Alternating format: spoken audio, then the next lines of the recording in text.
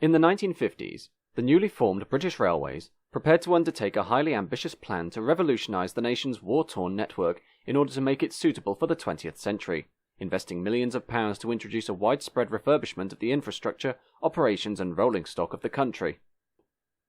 Sadly, what would later be known as the Modernisation Plan of 1955 only accomplished a small number of its objectives, and by the end of the plan period, the UK rail network would be both much smaller and laden with more debts and corporate inefficiency than ever before. British Railways was formed on January 1, 1948, as part of the Transport Act of 1947, wherein the bankrupt, battle-weary Big Four railway companies, the London and North Eastern Railway, the London Midland and Scottish Railway, the Great Western Railway, and the Southern Railway, were merged by the government to form a single nationalised operator, while cash injections needed to rebuild the system would be done by direct state funding. The operation of British Railways fell under the Railway Executive of the British Transport Commission, or BTC, an arm of the government that was tasked with rebuilding and revitalising the road, railway and canal networks of the UK, and it was during this period that two plans were considered. British Railways, as an organisation comprised of managers and staff of railway background, proposed that a comprehensive plan should be undertaken to modernise the network to make it comparable to the European rail systems, including major infrastructural rebuilds to iron out curves, while also introducing widespread electric and diesel traction. In the wake of World War II, the rail networks of France, Germany, Holland and Belgium had been largely destroyed by vicious land battles and aerial bombardments, thus allowing each rail operator a blank canvas on which to rebuild their systems to a far more efficient blueprint than what had come previously. Although Britain's network had been damaged by air raids and was worn out after years of neglect, the general structure was still very much intact. Therefore, it would have cost much more to decommission, remove, and rebuild existing sections of the operational permanent way in order to smooth curves and increase speeds.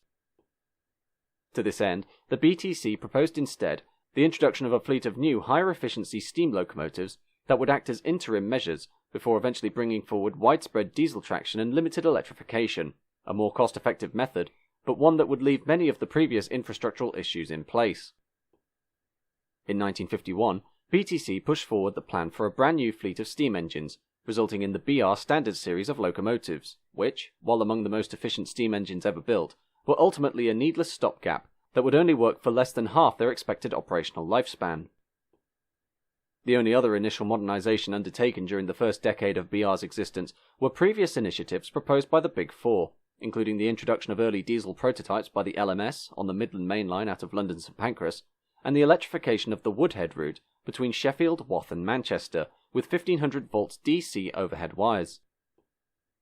As for the wider network, British Railways did start the 1950s making a marginal working profit, but with the rise of domestic air travel on long-distance services and highly convenient car travel on regional journeys, the company began to lose its customer base, this impact being felt especially on the branch lines of rural England, Scotland and Wales, which had held a monopoly on their respective markets since they'd replaced the horse and cart over a century earlier.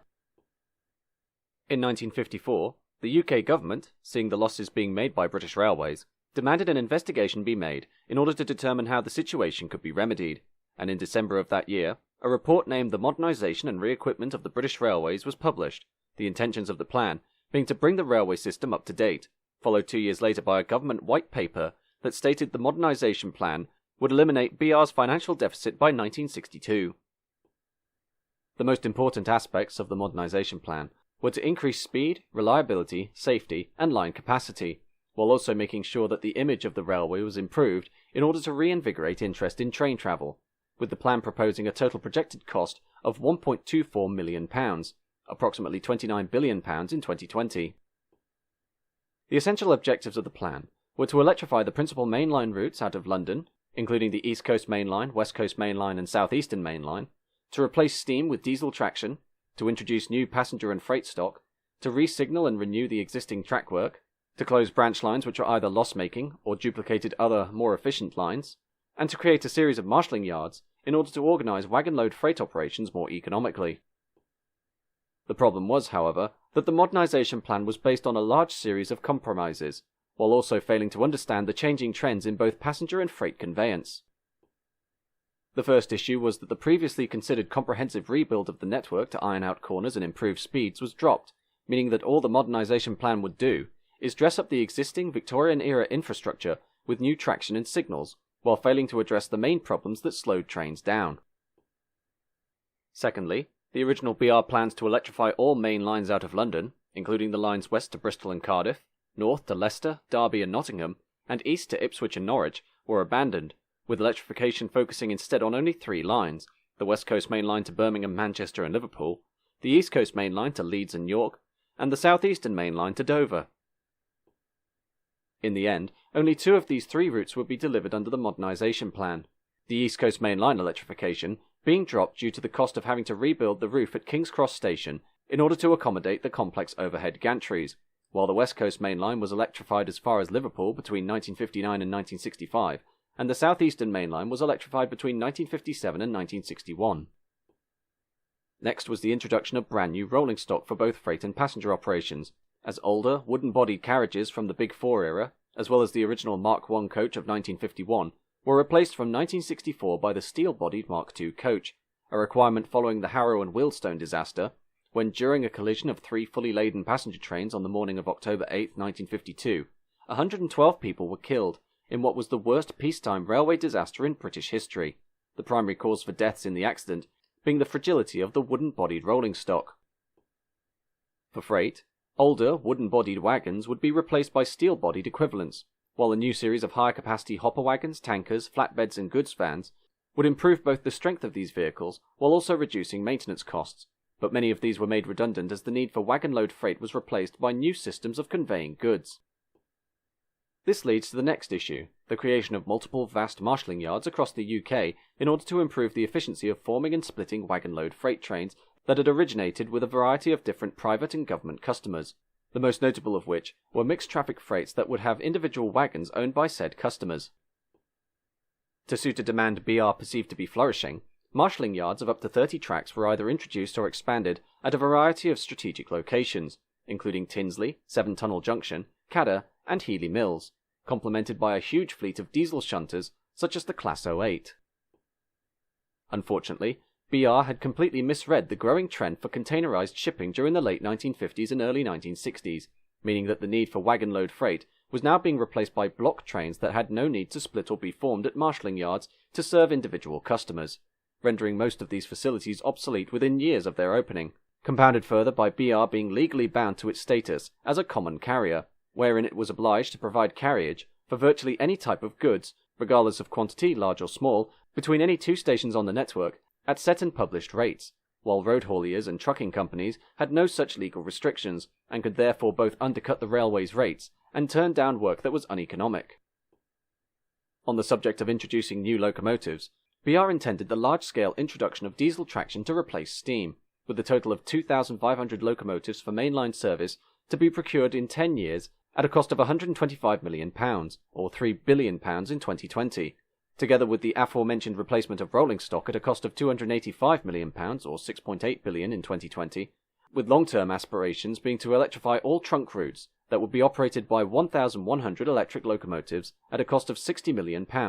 or £1.4 billion in 2020, plus an additional £125 million for electric infrastructure, or £2.8 billion in 2020.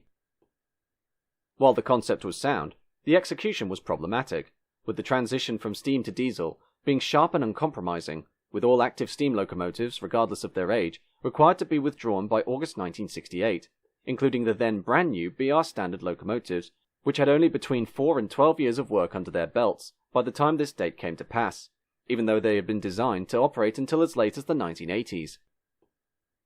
Next was the ordering of 174 diesel locomotive classes from 6 independent manufacturers by British Railways, the choice of so many builders being due to political pressure to keep the workforce of certain constituencies employed, regardless of their lack of experience when building diesel locomotives, while BR's design offices stipulated a requirement for 3 different power categories that would fulfill the needs of its mainline operations, these being known as types. Type 1s being locomotives of less than 1,000 horsepower, Type 2s being of less than 1,500 horsepower, and Type 3 being of less than 2,000 horsepower, but this was later expanded to Type 4 for locomotives with less than 3,000 horsepower, and Type 5 for locomotives with more than 3,000 horsepower.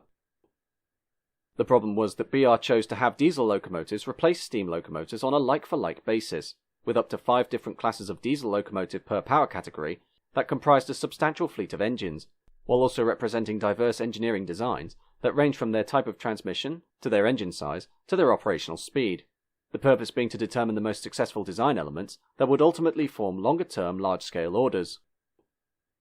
What resulted were 7 Type 1 classes, including the Class 14, Class 15, Class 16, Class 17 and Class 20,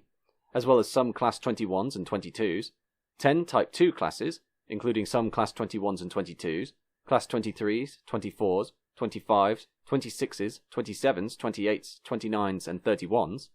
3 Type 3 classes, including Class 33s, 35s and 37s,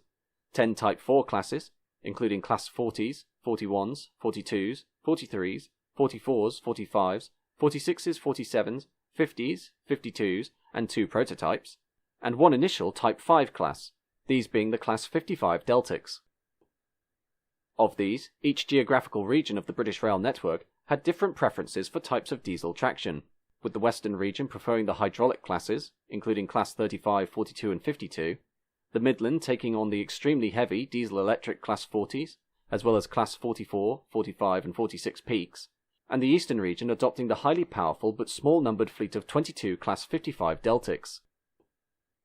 At the same time, reliability for these locomotives, thanks to their many manufacturers and the varied experience of each in building diesel engines, was a mixed bag, with some classes, such as the Class 37, 47 and 55, being very sturdy and robust machines, while the original Class 43 warships were prone to breakdowns, the Class 15 and Class 16 being maintenance heavy and prone to overheating, and the Class 17 Claytons being among the most unreliable diesel engines ever employed in Britain, with an average availability of only 60% due to power plant faults. The result was that, by the end of the 1960s, British Rail was forced to undertake a major rationalisation of its fleet, both due to the pervasive unreliability of many classes, but also the need to create spare parts for individual types of locomotives, with the likes of the Class 15, 16 and 17 being withdrawn by the mid-1970s after only 10 to 15 years of use, while the venerable but non-standard hydraulic fleet of the Western region were all out of service by 1977. The many failures of the Modernisation plan ultimately led to the hiring of Richard Beeching, who was commissioned by BR to identify cost-cutting measures, eventually resulting in the initial proposal of the plan to cut back loss-making or needless branch lines being expanded to prune away large swathes of the network under what would be known as the Beeching Acts, exacerbated further by the anti-rail Transport Minister, Ernest Marples, who held business shares in road-building companies, and thus chose to remove hundreds of stations and several mainline routes, such as the Waverley route between Carlisle and Edinburgh, and the southwestern main line between Exeter and Plymouth via Oakhampton, some of which had been proposed for rationalisation by Beeching, but not outright closure. The only success of the modernisation plan was the electrification of the southeastern main line and the west coast main line, as well as several suburban routes out of London, with the west coast electrification being delivered in tandem with several classes of 100-mile-an-hour electric locomotives ranging from the highly successful Class 81, 85 and 86 to small 10-batch prototype Class 82s, 83s and 84s, each of which were only created as part of a pilot study into improved electric locomotive design and withdrawn not long afterwards. The electric wires would eventually reach Glasgow in 1974, and were complemented by the improved Class 87 electric locomotives from that year, introducing 110-mile-an-hour operations between London and Scotland, and among the fastest express passenger trains in the UK. The legacy of the modernisation plan's failure left a shadow on Britain's railways up to and beyond the privatisation of BR in 1994, which struggled on with a debt that was never fully repaid, while also being laden with costly marshalling yards that saw barely any traffic, hundreds of diesel locomotives that were either surplus to requirement the moment they were built, or were crippled with unreliability, and now operating a significantly rationalised network which left many highly populated towns, such as Dudley, Coalville, Aldridge and Newcastle-under-Lyme, without a direct rail connection. Essentially, the battle for the modernisation plan was lost long before it was drafted, as, rather than following the trends of European railways to fundamentally rebuild their systems into modern, efficient and fast networks with new infrastructure and routings, costs were cut wherever and whenever possible, opting instead for the same Victorian-era track work that had long been rendered obsolete by increasing speeds and frequencies. While it's understandable that such a significant infrastructural challenge could not have been met immediately thanks to the post-war debts weighing down the British government, it was not beyond the scope of reason that these upgrades could have been implemented over time, and that the modernisation plan should instead have been a rolling plan of electrification and infrastructure improvements spanning between 20 and 30 years, rather than what essentially amounted to a costly facelift that failed to fix the comprehensive problems with Britain's railway network.